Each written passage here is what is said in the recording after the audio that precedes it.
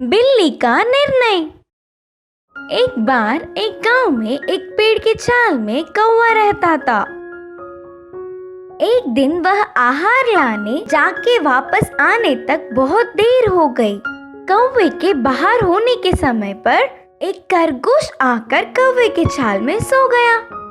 कौवा शाम को आकर खरगोश के रहना देख गुस्से से कहा, कौन हो तुम? यह मेरी जगह है। मेरे ना होने वाले समय पर आके कब्जा करना चाहते हो क्या? तुरंत चले जाओ।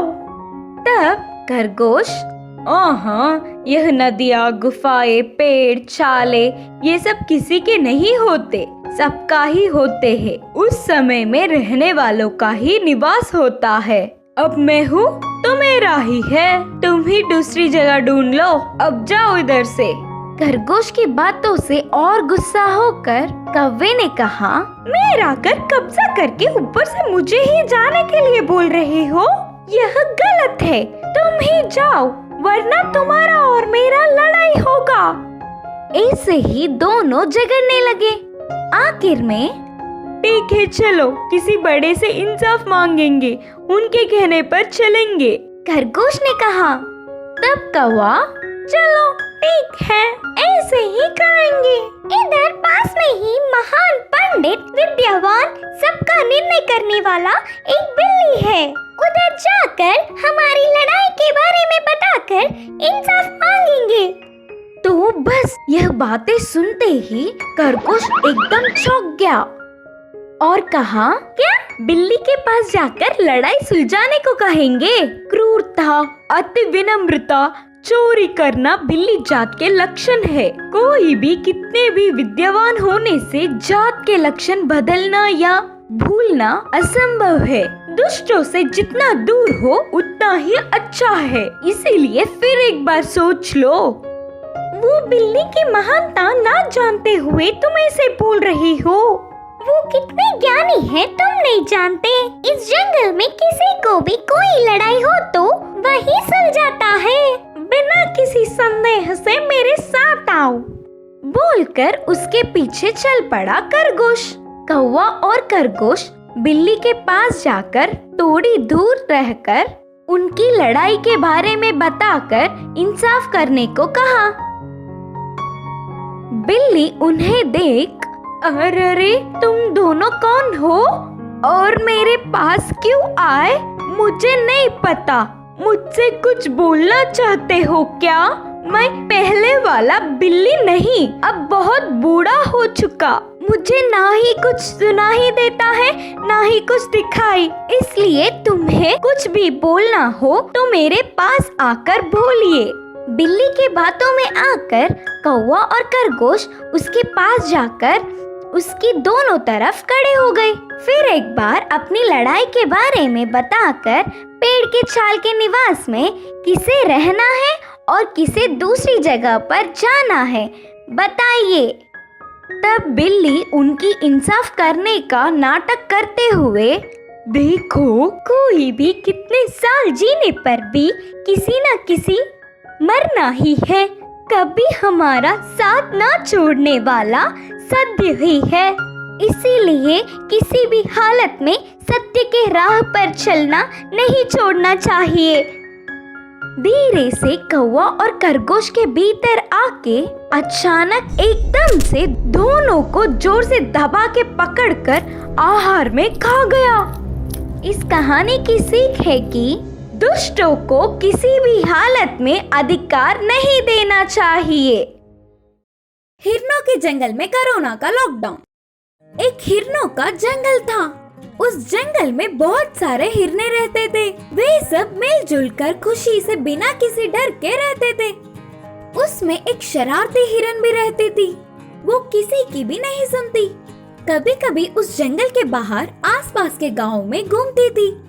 एक बार उस जंगल से बाहर आई हुई शरारती हिरन पास के जंगल में गई। उधर उसको एक आंख वाली हिरन सामने पड़ी और बोली, ओ हिरन दोस्त, इस जंगल में तुम्हें कभी देखा नहीं, कहाँ से आई हो? करके पूछा। हाँ, मैं इधर की नहीं हूँ, हमारा हिरनों का जंगल है। बस ऐसे ही इस जंगल को देखने की इच्छा होने पर आ गई। शरारती हिरन ने जवाब दिया। दोस्त, ये जंगल तुम्हारे हिरनों के जंगल जैसा नहीं। इधर हमें मार के खाने वाले जंगली जानवर है, उनसे कैसे बचे ये तुम्हें नहीं पता, इसीलिए इधर से जल्दी लौट जाओ। बोल के चेतावनी देकर वह हिरन कूदती हुई वहाँ से चली गई। ये एक अंक वाली हिरन तो शायद बहुत ही डरपोक होगी। मुसीबत आने पर कैसे बचूं, ये मुझे अच्छी तरह पता है। बोलते हुए जंगल में आगे बढ़ी। ऐसे कुछ दूर गई हुई शरारती हिरन को एक पेड़ के नीचे सोता हुआ शेर दिखा। हिरन धीमे से उसके पास जाकर उसकी पूंछ पर उसके पैर रखा। इससे शेर नींद से जाग गया। आलस से उड़ते हुए हिरन को देख गरजने लगा। ऐसे गरजने की आवाज कभी न सुनने पर हिरन के सांसें रुक गई समझो, और वो पीछे मुड़कर आए हुए रास्ते में ही भागने लगी और शेर भी उसके पीछे पड़ा था। जंगल में बहुत दूर तक भागने वाली हिरन आखिर में हिरनों के जंगल के नजदीक आते ही शेर के हाथ लग गई और शेर उसे मारकर खुशी से खा गया। फिर शेर उठकर कोई नई जगह लगने पर धीमे से हिरनों के जंगल में गया। उधर उसे भीड़ों में हिरन दिखे। अब उसकी खुशी का ठिकाना ही ना रहा। अरे इधर तो मस्त है, इससे पहले कभी कभी खाना ना मिलने पर भूखा रहना पड़ता था, अब उसकी कोई जरूरत नहीं। अब तो रोज रोज दावत का भोजन होगा। सोचकर हाथ आई हुई हर एक हिरन को शिकार करते मारता गया।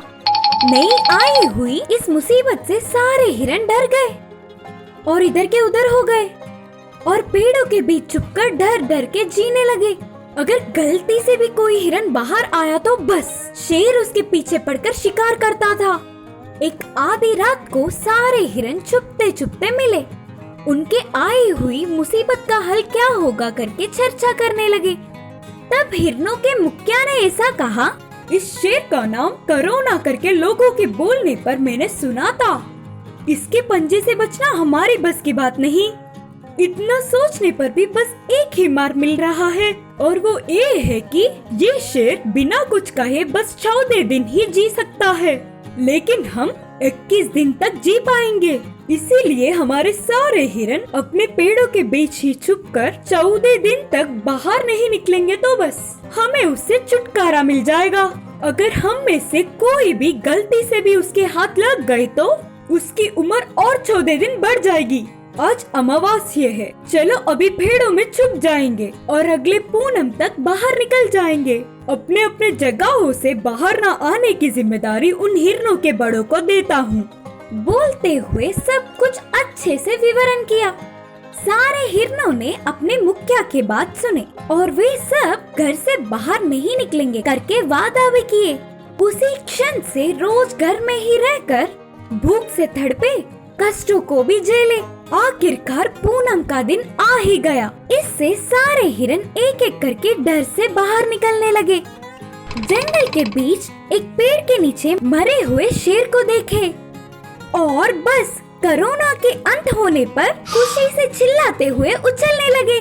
हिरनों की खुशी से जंगल फिर से पहला जैसा हो गया। इस कहानी की शिक्षा है कि मुखिया की बात सुनकर हम अपनी सावधानी रखेंगे तो सब कुछ ठीक हो जाएगा। नाचने वाला बंदर। एक बार एक जंगल में बंदर रहता था। वह बहुत शरारती थी। बाकी बंदरों से भी वह बहुत अक्लमंद है बोल के सोचती थी।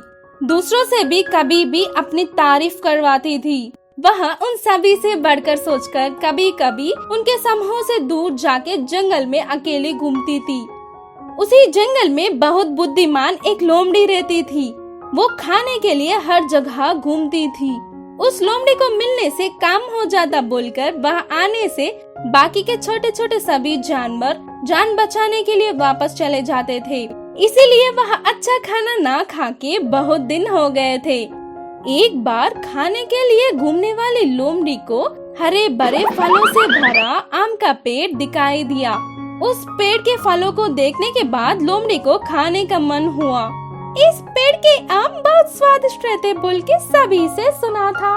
आज कैसे भी करके इन्हें खाकर मेरा भूख मिटा लूंगा, सोच ली। लेकिन वह नहीं पहुँचे जितना ऊंचाई में थे। फिर भी कूद कूद के उन्हें तोड़ने के लिए प्रयत्न करने लगी। कितना भी कूदने से आम हाथ को नहीं लग रहे थे, लेकिन स्वादिष्ट फल एक तो भी खाना है, ऐसे उसकी इच्छा बढ़ने लगी। बार बार प्रयत्न करने लगी। इस लोमड़ी के दुख को देखकर पेड़ के ऊपर बैठने वाली शरारत बंदर गिर गिर के हंसने लगी। उस बंदर को देखते ही लोमड़ी को एक सोच मिला, मुझे आम का फल मिलने के लिए इस बंदर की तारीफ करना एक ही मार्ग है। सोचकर उसे तारीफ से डुबाना शुरू करी। हे खूबसूरत बंदर दोस्त, तुम्हें ना देखने वाले ए आंखें क्यों, तुम्हें तारीफ ना करने वाले ए मुंह क्यों, ऐसे शुरू करी। पहले ही तारीफ से खुश होने वाली बंदर लोमड़ी की बातें सुनकर अति खुश हो गई। तुम्हारी चाल लेकर मोर को चलना सीखना चाहिए।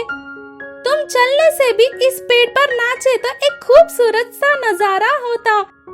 मुझे वहाँ पेड़ पर नाचने का नजारा देखना है। ऐसे लोमड़ी बोलने से वह बंदर खुश होने लगी। आनंद से पेड़ के डालियों पर उधर इधर कूदना शुरू करी। उससे बहुत सारे आम का फल नीचे गिरे। लोमड़ी का खुशी का ठिकाना ना रहा। वह सभी फल एक टोकरी में डाल ली। ए टेढ़े बंदर, तुम्हारे पागल हरकतें नहीं देख पा रही हो, रुक रुक, थोड़ा रुकेगा क्या? ऐसे और 4 गाली देकर उधर से आम फलों का टोकरी से तेजी से भागना शुरू करी लोमड़ी। उसके साथ हुए अंजाम से शरारती बंदर का मुंह छोटा पड़ गया। इस कहानी का सीख यह है कि तारीफों में डूबना नहीं चाहिए।